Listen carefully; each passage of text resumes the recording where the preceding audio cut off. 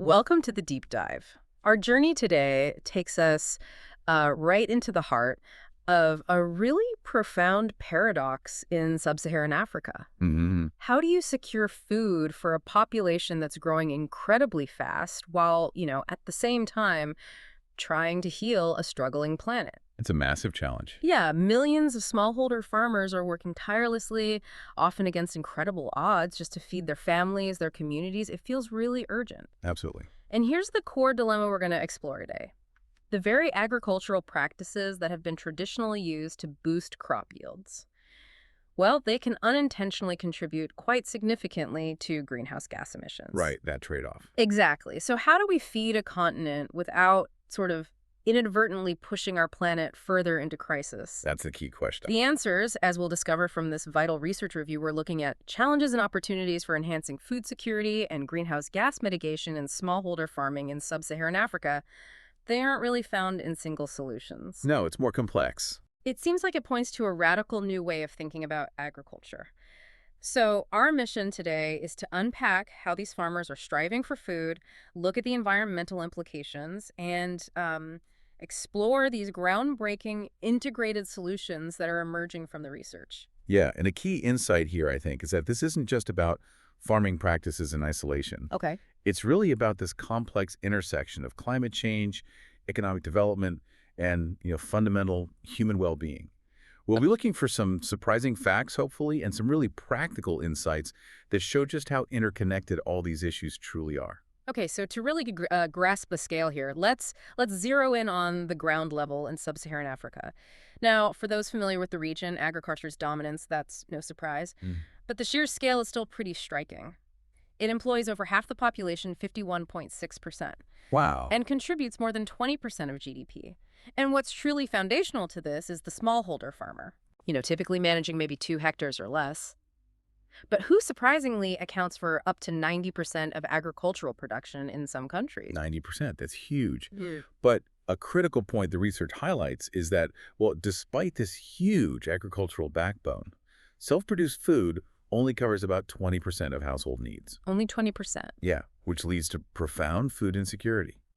And if we connect this to the bigger picture, you see the agricultural sector is, well, underdeveloped, characterized by low external input use. Like fertilizers. Exactly. Yeah. And significant pre- and post-harvest losses, plus critically low crop productivity compared to regions like North America or Europe or China.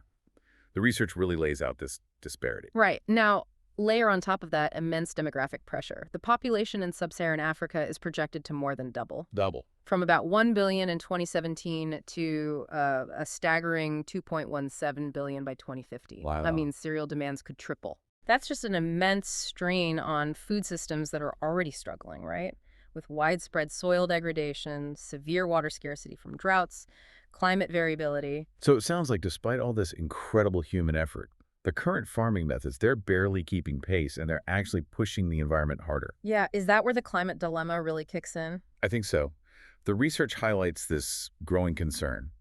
The very practices meant to boost yields are contributing to increasing greenhouse gas emissions, GHG emissions. Okay. Just for context, agricultural GHG emissions in sub-Saharan Africa increased by somewhere between 1.2% and 4.7% annually between 1994 and 2014. Annually. That's a rate higher than the global average. So we really need to understand this fundamental trade-off. Okay, so to truly understand these environmental costs, the research zeroes in on how farmers typically manage 3 critical resources: their land, their water, and their nutrients. Let's start with land. How is land being used? Land expansion seems like one of the most common ways to boost production. The data shows agricultural lands in SSA expanded from 869 million to 920 million hectares between 1993 and 2009. A big jump. Yeah, and this expansion primarily involved converting natural lands like forests and savannas. This resulted in an average deforestation rate of 3.4 million hectares per year. Per year. And the broader implication here, connecting to the climate piece, is that this conversion of natural forest to cropland is identified as the single largest source of greenhouse gas emissions in sub-Saharan Africa. The single largest. Wow. Yeah. It led to the release of 0.16 billion metric tons of carbon per year between 1990 and 2009. That's about 14.7% of global land use change GHG emissions. Almost 15% globally just from that region's land use change. Exactly. And here's a sobering projection. If current trends continue, an additional 11.48 billion metric tons of carbon could be lost by 2050 just due to agricultural expansion. That's staggering. Okay, what about intensification then? Because farm sizes are shrinking, right? Population growth means less land per farmer, maybe 30–40% reduction since the 70s in some areas. Right. So farmers often increase cropping intensity, meaning they shorten fallow periods or maybe switch to monospecies cash crops. They're trying to grow more on the same piece of land. Makes sense from a production standpoint. It seems efficient, yeah, but it can unfortunately accelerate the decomposition of soil organic matter, and that releases more carbon dioxide into the atmosphere. So both expanding and intensifying on existing land have these carbon costs. Seems like it. Okay, so beyond the soil itself, access to water is obviously paramount. Over 90% of cultivated land is rain-fed. Highly vulnerable. Incredibly vulnerable to drought. Now, rainwater harvesting, irrigation, these are crucial for survival. And these techniques, from simple pitting to more advanced cisterns, they've seen success across the region and show massive potential. Some estimates suggest there are like 10,000 to 25,000 cubic meters of rainwater per person available in East Africa alone. Huge potential there. But how is current water management impacting the environment? Well, this is where it gets really interesting and maybe counterintuitive. While increasing water supply through irrigation can, paradoxically, increase soil organic carbon because you're boosting crop growth and adding more organic matter back. Okay, that sounds good. But that sudden influx of water, what scientists call the re-wetting effect. Re-wetting effect. Yeah, when dry soil suddenly gets soaked, like after irrigation starts, that can trigger massive spikes in greenhouse gas emissions. Massive spikes? How massive? Studies have shown this can cause CO2 increases of up to 9,000%. 1,000%. And N2O nitrous oxide up to a staggering 80,000% increase in just hours. Wait, 80,000%? That's almost, I can't even fathom that. So a farmer just trying to do the right thing by irrigating could inadvertently be triggering these huge emission spikes. Potentially, yes. It really changes how we think about water management, doesn't it? Absolutely. And it highlights a critical data gap, especially in sub-Saharan Africa. We urgently need more research on this specific effect to understand and predict it better, to optimize water use without these unintended climate consequences. Okay, wow. That's a big one. And then there's the question of feeding the crops themselves, nutrient management, fertilizers. You might be surprised to learn that nitrogen fertilizer application in SSA is actually incredibly low. Very low. Averaging just 16 kilograms per hectare back in 2009. Compare that to, say, United States at 169 kilograms per hectare. Big difference. Huge. And while some governments are investing in subsidies, adoption is still limited, by financial capacity, sometimes low crop response rates. Right. And a key insight here is that while increasing fertilizer use can definitely enhance soil organic carbon and boost plant productivity. Which is the goal for food security. Exactly. But it raises that important question again. At what environmental cost? Projecting the increase in nitrogen fertilizer use from 2015 to 2030, just that increase could lead to an additional 78.6 million metric tons of CO2 equivalent in N2O emissions. CO2 equivalent, right, that standard measure. Yeah, it converts the warning potential of different gases, like nitrous oxide, N2O, into the equivalent amount of CO2.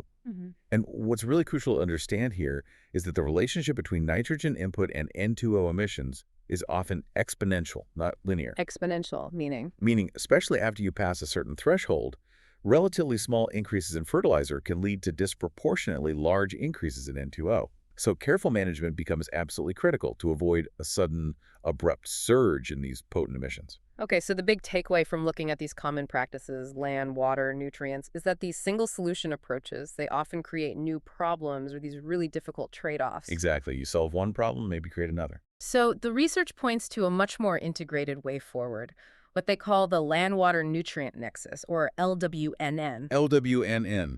Yeah, and this is about managing land, water and nutrients together, looking for synergistic benefits. Right, so instead of expanding into precious natural forests, imagine focusing on restoring the nearly 500 million hectares of human-induced degraded land that already exists in sub-Saharan Africa. 500 million hectares. That's a vast area. It is, and the annual cost of that land degradation was estimated at US $58 billion back in 2007. That's about 7% of the region's GDP. Huge economic drain. But here's the aha moment, perhaps. The benefits of restoring these degraded lands could actually outweigh the cost by a factor of 7. 7 times the benefit over the cost? That sounds like a huge win-win.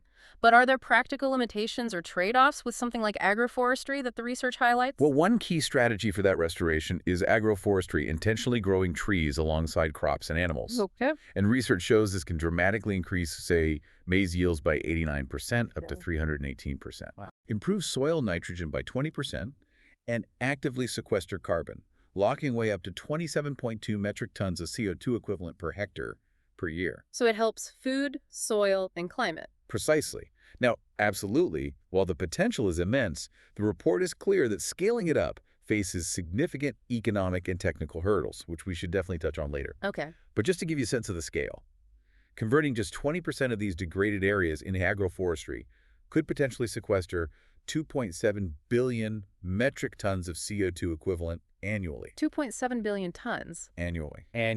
That's a staggering figure. It's over 7 times more carbon than the current annual emissions just from recent agricultural expansion. So this approach, it not only boosts food production, but directly reduces the pressure to cut down more forests. It hits 2 critical goals at once. Exactly. That's the synergy of the nexus approach. Okay, so that's the land component. What about water within this nexus? Right. Beyond just more water, it's about smarter water use. Smarter water. How so? Well, expanding low-cost drip irrigation, for example. That can maintain crop yields in drought-prone areas, which is vital. But it can also lead to significantly lower N2O emissions compared to traditional sprinkler systems, How much lower? up to 44% lower. And when you combine that drip irrigation with optimized fertilization getting the nutrients right, that reduction can reach 50%. 50% reduction in emissions just by changing irrigation and optimizing fertilizer? That's a remarkable efficiency. It is. And for rice, which is a rapidly growing staple food in SSA, Right, becoming more important. water management in paddy fields offers really significant potential too. Techniques like mid-season drainage or alternate wetting and drying, basically controlling the water level more carefully, can reduce methane emissions, another potent greenhouse gas, by 45% to 90%. 45 to 90% reduction in methane, while still maintaining or even increasing yields. That's what the studies show. It raises an important question for you, though. How can we actually scale these specific, tailored water solutions across the incredibly diverse landscapes of sub-Saharan Africa? It's not a one-size-fits-all situation. No, definitely not. That's a key challenge. Okay, so we have land restoration with agroforestry, smarter water use.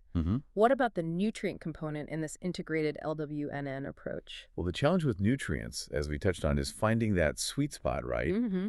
Enough fertilizer to grow food and improve yields, but not so much that it causes excessive emissions. Right. And this is where something called Combined Conventional Conservation Agriculture, or CCCA, comes in. CCCA. What's that blend? It's basically a smart blend, taking the high yields you typically get from conventional farming, but integrating the sustainable soil practices of conservation agriculture. Things like minimizing soil disturbance, keeping the soil covered, rotating crops. Okay, combining the best of both worlds, maybe. That's the idea. And digging into the data here, what's fascinating is that combining organic amendments like compost or manure with synthetic fertilizers can reduce N2O emissions quite significantly. Oh, significantly. Well, the emission factor, remember, that's the amount of GHG released per unit of activity, like applying fertilizer. Right. It can drop from 1.34% for synthetic fertilizers alone down to as low as 0.37% when you combine them with compost. That's a huge drop. It is. And this approach also boosts soil organic carbon by up to 36.2%.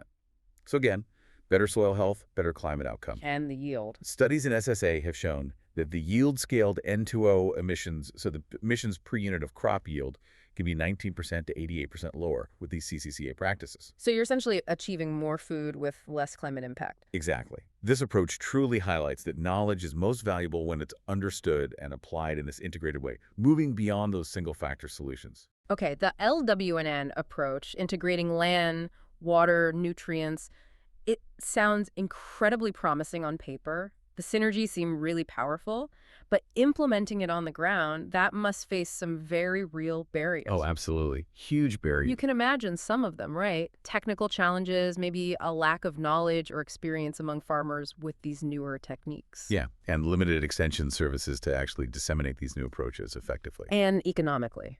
Well, from an economic perspective, the initial financial and labor investments for these new methods, things like setting up drip irrigation or especially agroforestry, planting trees, that can be very high for smallholder farmers. High upfront costs. Exactly. And the returns, especially from things like growing trees, they aren't immediate. That poses a significant hurdle when you're talking about subsistence farmers for whom, every single harvest counts critically. Yeah, long-term investment is hard when short-term survival is the priority. Then there are the policy issues too, I imagine. Big ones. A critical one mentioned is land tenure. If farmers don't have secure long-term rights to their land, Why invest? exactly, they have far less incentive to make those long-term investments in soil health or planting trees that might take years to mature and provide benefits. Makes perfect sense. And then nationally, just integrating policies for land, water, and nutrients is structurally really challenging. Governments are juggling so many other urgent priorities, health, education. Coordinating across ministries for something like LWNN is difficult. Yeah, bureaucratic hurdles on top of everything else. So what does this all mean for actually making these solutions a reality? The research suggests several avenues. Okay, what are they? Well, developing technologies that have low barriers to entry, things that are affordable and show reliable returns relatively quickly. Makes sense. Leveraging local knowledge is crucial too, and using farmer-to-farmer approaches for sharing information that often works really well. Learning from peers. Exactly. Socioeconomic incentives are key, obviously. Hmm. Microfinancing could play a role, perhaps even tied to carbon trading schemes down the line, maybe. Interesting. But ultimately, policy changes that secure land tenure and actively encourage that long-term investment seem urgently needed to really enable these sustainable practices to take root and scale up. Right. So we've taken quite a deep dive today into this truly complex but absolutely vital challenge. How do you achieve food security in sub-Saharan Africa while simultaneously mitigating greenhouse gas emissions? Yes, a huge undertaking. The traditional approaches, as we saw, often lead to these difficult environmental trade-offs, but the research really points towards these integrated strategies, the land-water-nutrient nexus, as the most promising path forward. It really does. This approach, combining agroforestry on degraded lands, smarter water management like low-cost drip irrigation and that careful paddy water table control, and then improved nutrient management through CCCA. It offers a truly synergistic way to increase yields, sequester carbon, and reduce overall emissions, all at the same time. But it's also clear that while these integrated solutions exist and show incredible promise, there are still significant data gaps, Definitely. especially around the exact impact of things like water harvesting and irrigation on greenhouse gas emissions. That rewetting effect needs more study. Absolutely. We need more on-the-ground research to really refine and optimize these complex integrated systems for all the diverse conditions across the region. So a lot learned, but still more to understand and implement. For sure. And maybe a final thought for you, the listener. As you think about the future of global food systems, what role do you think these local integrated solutions, like the Land-Water-Nutrient Nexus we discussed, can play in addressing the really big interconnected challenges like climate change, starting right there at the farm level?